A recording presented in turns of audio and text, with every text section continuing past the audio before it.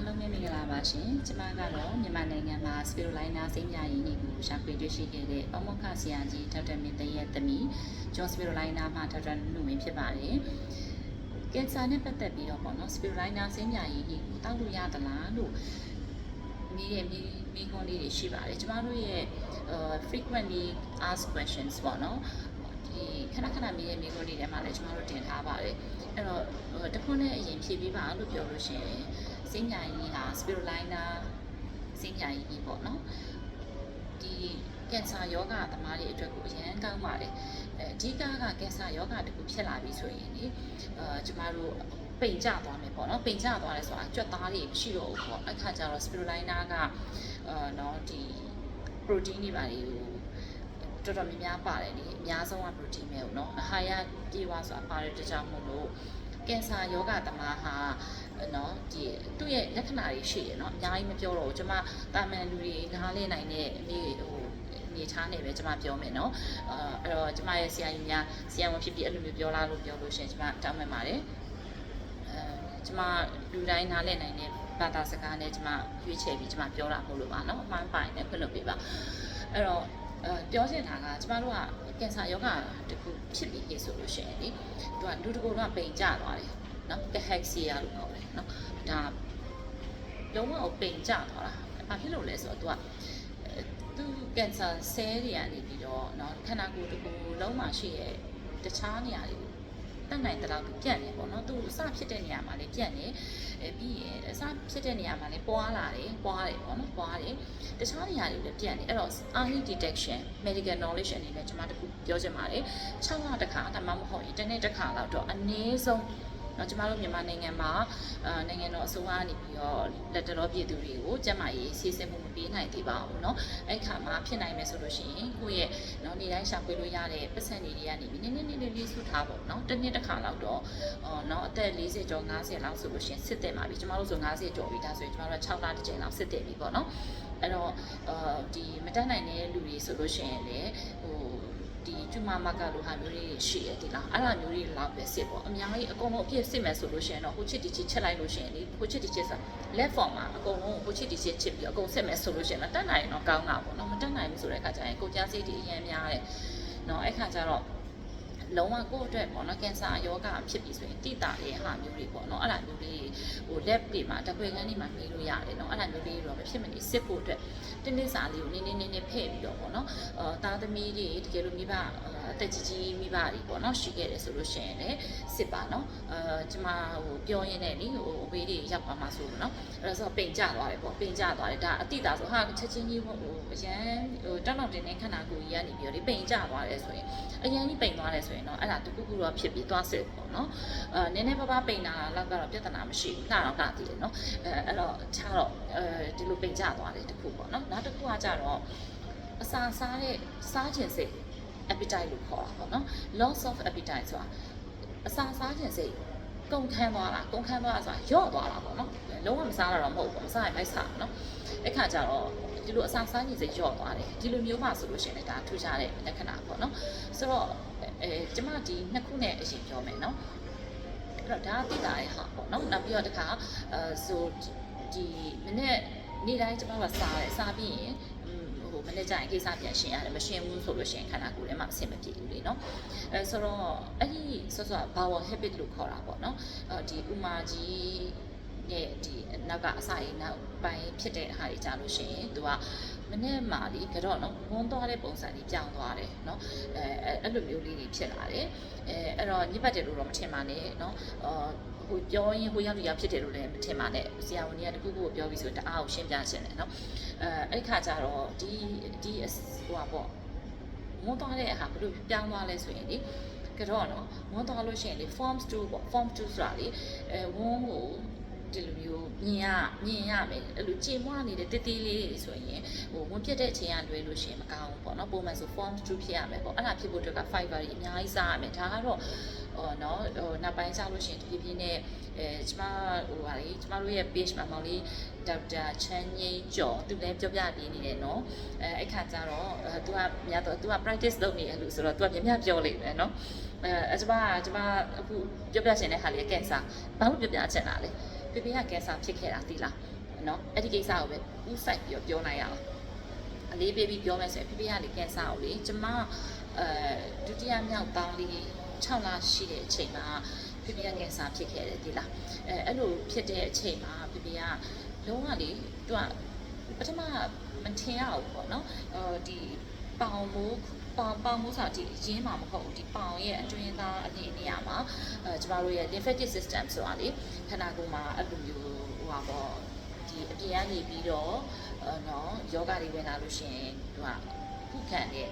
ရှိတယ်ဥပမာဆိုပါဆိုခြေထောက်မှာတန်ဆူးတယ်ခြေထောက်မှာတန်ဆူးတယ်ဆိုပေါင်မိုးခုတယ်လို့ပြောမှာအဲဒီဖြစ်တဲ့ဟာပေါင်မှာမဟုတ်ဘူးเนาะပေါင်ကြီးမှာမဟုတ်ဘူးဒီပေါင်ရဲ့အလယ်မှာရှိတယ်လင်းနှုတ်စီတကူကကြီးလာတယ်သူ့ကိုခွဲလိုက်တဲ့ခါမှာကြက်ဥလုံးလောက်ရှိတယ်ဒီလားကြက်ဥလုံးလောက်ရှိတော့ဒီကြက်ဥလုံးလောက်ရှိတဲ့ဟာကိုထုတ်ရတယ်ပေါ့နော်တဲ့ခန္ဓာကိုယ်မှာရှိရဲ့အခုအကျိတ်မှန်တယ်မြတ်ဘယ်ဟာမှထားလို့မရအောင်เนาะပူလာတဲ့ဟာဆိုရင်စမ်းမိရဆိုလို့ရှင်ထုတ်ပလိုက်เนาะဒါကတော့ရိုးရိုးရှင်းရှင်းပြောတာအဲ့တော့ထုတ်ပြီးရင်အသားစားယူရမယ်အသားစားဆို biopsy ပေါ့နော်အဲ့ဒါမျိုးယူရမယ်ပို့ရမယ်ဓာတ်ခွဲခန်းတွေပို့တယ်ဓာတ်ခွဲခန်းပို့တယ်ဆိုရင်ဓာတ်ခွဲခန်းတွေကောင်းကြပါလေနော်ဟိုပို့ပြတိတိကျကျချစ်ပြီးနဲ့ဒါလေးဆိုတော့ပိုကောင်းတာပေါ့နော်အဲ့တော့ကျမတို့ခေတ္တကတော့ဒေါက်တာဒေါ်ခိုင်ဆန်းရင်တို့ကတော့မမတို့ဆိုအရန်ကိုတိတိကျကျကိုကြည့်ရနော်အဲ့ဆိုကျမဖေဖေဆိုလို့ရှိရင်မန္တလေးမှာမမဒေါက်တာဒေါ်နော်မူလာအင်းမြင့်ကျမရဲ့ဆီအမကြီးပေါ့နော်စာလည်းတင်ပေးခဲ့တယ်ခုထိလည်းမမကကျမလီလုံးပဲမန္တလေးမှာလည်းရှိတယ်နော်အဲ့တော့ဒီထုတ်လိုက်တယ်ပေါ့ဆရာရဲ့ထုတ်ပြီးတယ်biopsy ကြည့်တဲ့နေရာကြည့်လိုက်တဲ့အခါကျတော့ lymphoma လို့ခေါ်တဲ့เนาะယောဂတစ်ခုကင်ဆာတစ်ခုဖြစ်တယ်အဲ့တော့ပုံမှန်ဆိုလို့ရှိရင်ဒေါက်တာတန်စစ်ဆိုအားလုံးကြားဘူးကြမှာပါပဲဆရာဝန်ကြီးပေါ့နော်ဆရာကြီးဆိုလည်းအသက်ကိုအကြာကြီးရှည်ရှည်ကြီးခုထိပဲနေရတယ်เนาะဘာဆို lymphoma curable disease ကုလို့ရတယ်ဒီလားကုလို့ရတယ်အဲ့တော့ဆေးတွေတိတိကျကျပြီးကုလိုက်လို့ရှိရင် तू ကဒီကုလို့ရတဲ့ကင်ဆာတွေမှာပါတယ်ချက်ချင်းမသိဘူးเนาะချက်ချင်းမသိဘူး life span တော်တော်ကြီးကို life span တော်တော်ကြီးကိုကောင်းကောင်းမွန်မွန်နဲ့နေလို့ရတယ်เนาะဆိုတော့ဖေဖေက lymphoma ဖြစ်တဲ့အခါမှာဖေဖေကြမှာထူးဆန်းတာကဘာဖြစ်လဲဆိုတော့ lymphoma လို့ပြောပေမဲ့သူကလေဆော့ဆော့တိတိကျကျကုသလို့ရတဲ့ကုသထုံးတွေမထွက်ထားတဲ့ lymphoma ဖြစ်နေတယ်เนาะHodgkin လို့ non Hodgkin လို့ရှိရပေါ့เนาะဒါပေမဲ့ဖေဖေကအဲ့လိုမျိုးသူကပုံကြတဲ့ဟာတွေကိုယူပြီးတော့ treatment တွေယူပြီးတော့မှတွင်ရတာဆက်ပြီးတွင်ရတာเนาะအဲ့တော့မြန်မာနိုင်ငံမှာဒီအသားစားကိုလုပ်တယ်အဲ့ဒီအသားစားကိုစင်ကာပူနိုင်ငံကိုထပ်ပြီးတော့ပို့တယ်ပို့တဲ့အခါမှာစင်ကာပူမှာလည်း lymphoma ပဲထွက်တဲ့အခါကျတော့အဲ့ဒီ lymphoma ထွက်တဲ့ဟာကိုဘာလုပ်လဲဆိုတော့နော်ဒီဆရာဝန်နေပြီးတော့တွားပြီးတော့လူနာကခေါ်ပြီးတော့ပြတဲ့အခါမှာနော်သူကဆရာဝန်ကပြောတယ်နော်ဖေဖေကိုကုပြီးရဲ့ဆရာဝန်ကြီးပေါ့နော်ဒေါက်တာဝီလီယမ်ကွန်နဲ့နော်ဟိုအကျဉ်းတဲ့လူတွေအတွက်လည်း knowledge မျှဝေတာနော်အဲ့တော့စင်ကာပူနိုင်ငံမှာ National Cancer Center ဆိုပြီးတော့အကြီးတစ်ခုရှိတယ်နော်အဲ့ဒါကမြန်မာ passport နဲ့တွားပြီးတော့ register လုပ်ပြီးတော့တွားလို့ရှိရင်ရတယ်မြန်မာနိုင်ငံဒီတွေ့သားအရင်ချတော့ဆက်တဲ့လူတွေဆိုလို့ရှိရင်သူတို့ discount တွေပါလေရှိတယ်ကျမကတော့မရှိဘူးမရှိတဲ့အခါကျတော့ဖေဖေနဲ့တူတူပဲတွားပြီးတော့နော်ကျွန်မတွားပြီးတော့ပြရတယ်အဲ့တော့မမကတော့ဘယ်သူလဲမမတော့မြင့်မြင့်ဝင်ဟိုဟာရာစာတစ္ဆာရာစာစီကံမန္တလေးရလीနော်ကျွန်မမန္တလေးမှာကြောက်တက်တာဆိုတော့အဲ့တော့မမကနေပြီးတော့ဟိုညွှန်လိုက်တဲ့ခါကျတော့အဲ့ဒေါက်တာဝီလီယမ်ဟွမ်ဆိုတဲ့ဒီ hematology department ကဌာနမှူးပေါ့နော်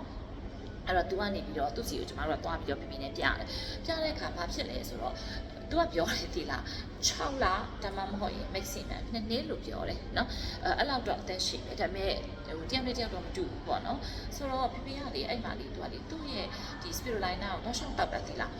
avamin ပေါ့နော်ဒီကမိနစ်3လုံးနေ့ကင်း3လုံးည3လုံးတောက်တယ်เนาะဒါပေမဲ့တာမန်လူတယောက်တက်ဆိုရင်မလိုဘူးเนาะဖေဖေကကြောက်တော့ကင်ဆာဖြစ်သွားတဲ့ခါကျတော့သူက dose ကိုတိုးပြီးတော့တောက်လိုက်တာเนาะဆိုတော့အဲ့ဒီလိုတောက်တဲ့ခါမှာဖေဖေကလေဘာတွေကောင်းကျိုးတွေရလဲဆိုတော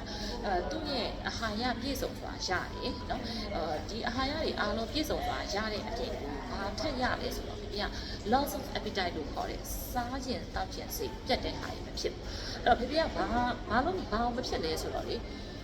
ေစားခြင်းတောက်ခြင်းစိတ်မပြတ်တာသူကလေသူများစားတလောက်စားနိုင်တယ်ပြောရင်ကိုစားနိုင်တယ်ကင်ဆာသမားမစားနိုင်ဘူးเนาะကျမတို့ဟိုမှာခောက်ဆွဲတစ်ပွဲမှရင်ဖေဖေက2ပွဲစားနိုင်တယ်เนาะဆိုတော့ကောင်းတယ်ပေါ့เนาะဒါစားနိုင်တာကောင်းတာပဲလीเนาะဆိုတော့ပြောချင်တာကကင်ဆာသမားတွေအများစုရင်ဆိုင်ရတဲ့ဟာအဲ့ဒါเนาะနောက်ပြီးတော့ဖေဖေကပိတ်တော့ပိတ်သွားတယ်เนาะဒါပေမဲ့သူခွန်အားရှိတယ်သူ့ဘာသာသူလမ်းလျှောက်နိုင်တယ်အဲ့မှာပေါ့နော်နောက်ထပ်9နှစ်လောက်နေတော့ထင်တယ်ဖေဖေကအားလုံးပေါင်း10နှစ်လောက်နေရမယ်လို့ပြောပြီးတော့သူကလေ10နှစ်လောက်အသက်ရှင်သွားတာဒါတောင်မှဟ Premier League တွေဟိုဟာဘောလုံးပွဲကြာတီမှာဘောလုံးကြည့်နေအေးပတ်သွားတဲ့ခါကျတော့သူတို့က immune suppress လုပ်ထားတာလေနော် cancer ဆေးတွေကိုတွင်းတဲ့ခါမှာခန္ဓာကိုယ်ရဲ့ခုခံစွမ်းအားစနစ် system မျိုးသွားဖိနှိပ်ထားတာအဲ့ဒါမှလည်းသူကဒီလို့ပြောမယ် immune suppress ဖြစ်သွားတာပေါ့နော် suppress ဖြစ်သွားတာပေါ့ဒီဆေးတွေတောင်းရင်လည်းထိတာပေါ့နော်အဲ့တော့သူကအလွယ်တကူနဲ့လေသူတို့တွေကcancer patient တွေကလူကြားထဲသွားရင်ခါချိုးစုကူးတယ်အဲ့လိုမျိုးတွေဖြစ်တယ်နော်အဲ့တော့လူကြားထဲသွားရင် master ပေါ့နော်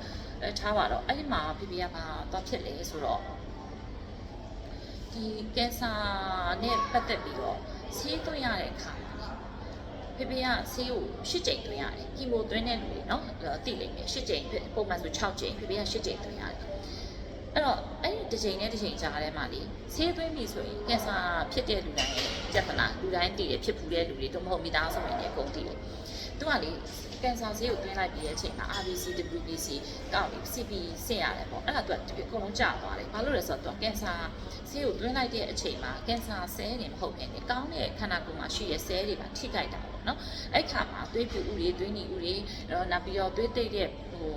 ဘာခေါ်လဲအဲ့ဒါ platelet တွေအဲ့ဒါလေးရောအကုန်လုံးပေါ့နော်ဟိုကျသွားတယ်အကုန်လုံး drag down ဖြစ်တာ drag down ဆိုတာလုံးဝဆင်းသွားတာပေါ့နော်အဲ့ခါကျတော့ standard ပေါ့သူ့ကိုခံနိုင်တဲ့ level normal တခု range တခုတည်းကိုသူတို့သတ်မှတ်တဲ့ level တခုတည်းကိုမရောက်ခင်မှာပထမတစ်ခါတွင်းပြီးကျသွားတဲ့အတွက်ကြောင့်မို့ဒုတိယတစ်ခါတွင်းကနေကြရင်အဲ့ဒါကိုပြန်စစ်ရတယ်စစ်ပြီးပြန်စစ်ရတယ်စစ်တဲ့အချိန်မှာအဲ့ဒီသွေးပြူသွေးနေဦးတွေကသတ်မှတ်တဲ့ range တွေကိုမဝင်ဘူးဆိုရင်ဒုတိယတစ်ချိန်စကောဆေးကိုတွင်းလို့မရအောင်နော်တွင်းလို့မရဘဲနဲ့သူကဘာလုပ်ရလဲဆိုတော့အဲ့ဒီဆဲတွေဒီပြန်တက်လာအောင်လက်ဆဲတွေတက်လာအောင်ပြန်ပြီးတော့ဟိုကလောက်ရတယ်စောင့်ပေးရတယ်စောင့်ပေးရတဲ့အခါမှာနော်စောင့်ပေးရတဲ့အခါမှာသူကဘာဖြစ်လဲဆိုတော့အချိန်နည်းနည်း straight ရတယ်ထားပါတော့နော်ဒီတစ်ချိန်နဲ့တစ်ချိန်ကြားထဲမှာဆဲကောက်ကြတယ်ပြောချင်တာနော်ဆဲကောက်ကြတယ်အဲ့ဒါကိုပြန်တက်အောင်လုပ်ပေးရတယ်ကျမပြောချင်တာဖေဖေကတစ်ခါမှမကြတိလား spirulina ဆေးမြတ်အင်ကြီးကိုတောက်ထားတဲ့အခါမှာလေဘာဖြစ်လို့လဲ spirulina ဆေးမြတ်အင်ကြီးမှာသွေးတစ်လောင်းနေเนาะပြောချင်တာဒီ new cell generation ကိုသွားပေးတယ်เนาะဒီ blood cell တွေထုတ်ပေးတယ်ထုတ်ပေးတဲ့အခါမှာအဲ့ဒီထုတ်ပေးရအောင်အားပေးရပေါ့เนาะအားပေးတဲ့အခါကျတော့ဖေဖေမှာအဲ့ဒီပြဿနာမတက်လိုက်ဘူးသူ8ကြိမ်ဇက်တိုက်သွင်းနိုင်တယ် okay ဆိုတော့ဒါထူးခြားချက်တစ်ခုပေါ့နော်သူ့ရဲ့ခန္ဓာကိုယ်ထဲမှာတော့သူစပြီးတော့တွေ့တဲ့ spirulina စတွေ့တဲ့အချိန်ကာလကနေစပြီးတော့နော်အခုနောက်ဆုံးအချိန်ထိအောင်ကိုသူ့ရဲ့နောက်ဆုံးအချိန်ထိအောင်သူ spirulina တောက်သွားတာမဟုတ် spirulina ကတော့သူ့ခန္ဓာကိုယ်ထဲမှာအများကြီးရှိပြီးသားသူ့ body ရဲ့ခန္ဓာရဲ့အားကလေပြပြောတဲ့ well being ပေါ့နော် WELLING well being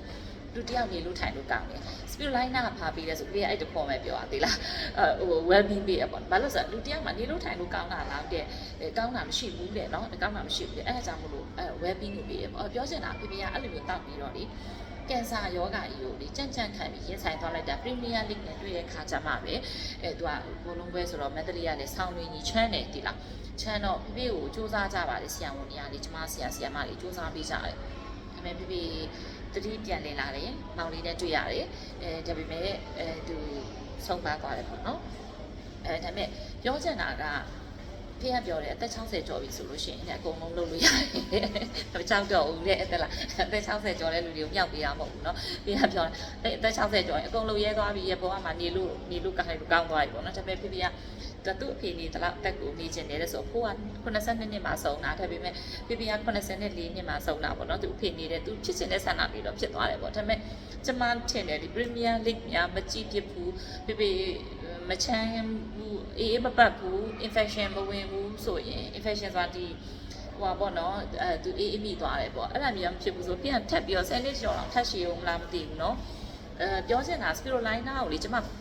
မှန်တယ်ကျမရောင်းချင်တယ် promote လုပ်တယ်နော်ဒါပေမဲ့ပြောချင်တာဒါကတော့နော် pensionally ရင်ဘတ်ထဲကနေပြီးတော့နော်ကျမအဖေရဲ့ကင်ဆာဖြစ်ခဲ့တဲ့မိသားစုဝင်တယောက်အနေနဲ့ကျမမျှဝေတာနော်ကင်ဆာဖြစ်ပြီဆိုအဲ့ရထဲမှာပဲနေပြီးတော့လေအစားအသောက်ပြတ်တာကိုမိဘစားလို့မဝင်တာလားစိတ်ညစ်စရာကောင်းတာမရှိဘူးကျမအဲ့ဒီဒုက္ခကိုမခံခဲ့ရဘူးဒီလားဖေဖေကစားနိုင်တယ်ဖေးစားလို့ရတာဆိုစားလို့ရတယ်နော်စားလို့ရတယ်သူစားနိုင်တယ်နော်အမေသားတွေပါလေဖေဖေကတော့လေနိုင်ငံသားတွေလည်းတော့ကျမတို့မေနဲ့ကျမတို့ကအမေသားမစားဘူးဒါပေမဲ့ဖေဖေကတော့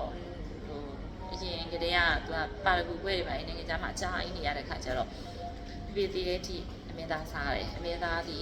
ဟလာအဟာရတွေတက်တွေပြည့်စုံစွာရတယ်လို့ပြောပြီးတော့ဖေဖေကအဲ့ဒါကိုစားတယ်ပေါ့နော်စားတော့ကျမစဉ်းစားတယ်ဘာပဲဖြစ်ဖြစ်ပေါ့နော်ဒါကတော့မြတ်စွာဘုရားလည်းဟောထားတယ်ပန့်တကူသားဆိုပုံဆောင်လို့ရတယ်နော်ကျမတို့ကတော့အကြောင်းမျိုးကြောင့်စားကြအောင်ပေါ့နော်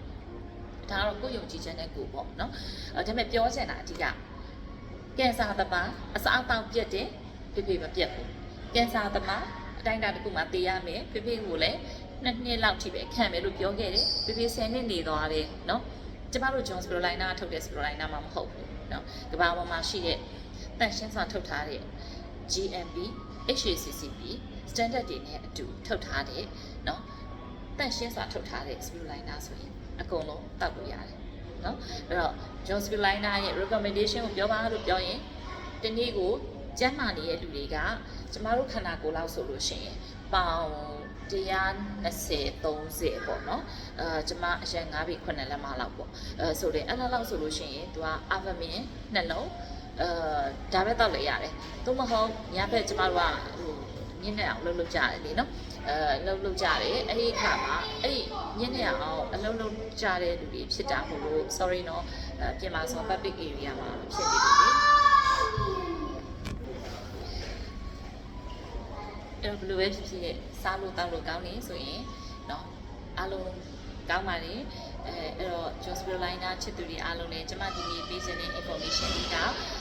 ကင်ဆာသမားတွေအတွက် Spirulina စင်ကြရည်ကြီးတာအင်မတန်ကိုတင့်လျော်ပါတယ်ကျမကတော့အားပေးပါတယ် John Spirulina ရဲ့เนาะတကယ်လို့ recommendation ကိုပြောပါဆိုရင်Avamyn နှလုံးပေါ့နော်မနေ့ခွဲညခွဲအစာရှိမရှိကြိုက်တဲ့အချိန်မှာတောက်နော်အဲ့တော့ဒီဟိုပါပေါ့ Avamyn ဆိုရင်နှလုံးဂျင်ကာမင်ဆိုရင်6လုံးဒါမှမဟုတ် Avamyn တစ်လုံးနဲ့ဂျင်ကာမင်6လုံးတောက်ချင်တဲ့တောက်5လုံးနဲ့တောက်ချင်တဲ့တောက်နော်တနေ့ကို500 mg Provimyn ဆိုရင်500 mg လေအဲ့လောက်အပြားလေးဆိုရင်သူက3 to 3.5 လောက်တောက်လို့ရတယ်နော်တာမန်ပုံမှန်ကျမတို့ weight မျိုးပေါ့နော်တကယ်လို့နည်းနည်းပိုဝရတယ်ပေါ့ပေါင်200လောက်ဖြစ်တယ်ဆိုတော့နှစ်တိုးတောက်ပေါ့ဒါပေမဲ့အဲ့ဒါကိုယ့်ကို adjust လုပ်ရမှာเนาะ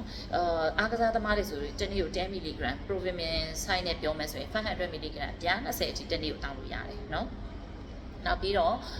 အားလုံးဗာပဲပြောเนาะဒီ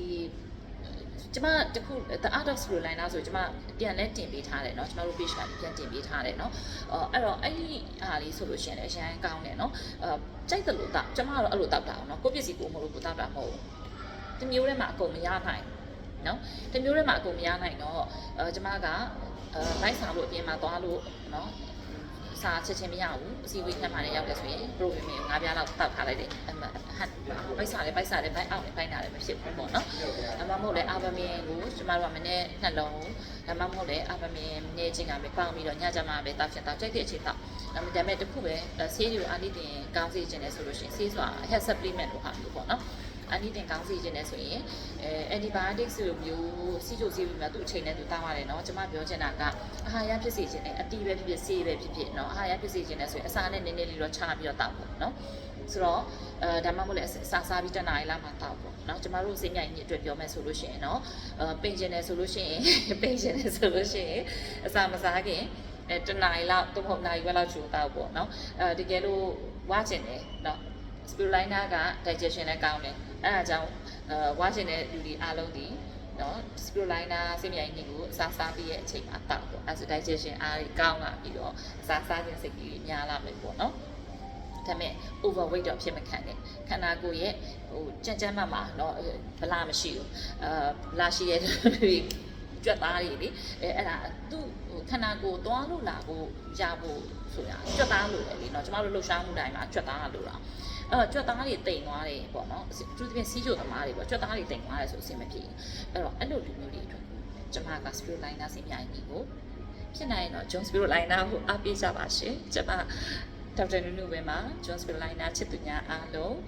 ကိုစိတ်တပြားကျန်းမာချမ်းသာကြပါစေကောင်းကျိုးလိုရာဆန္ဒများပြည့်ဝကြပါစေနှလုံးစိတ်ပိုင်းအေးချမ်းကြပါစေစိတ်ကကြံစီတောင်းတသမျှပြည့်ပြည့်စုံအောင်မြင်ကြပါစေ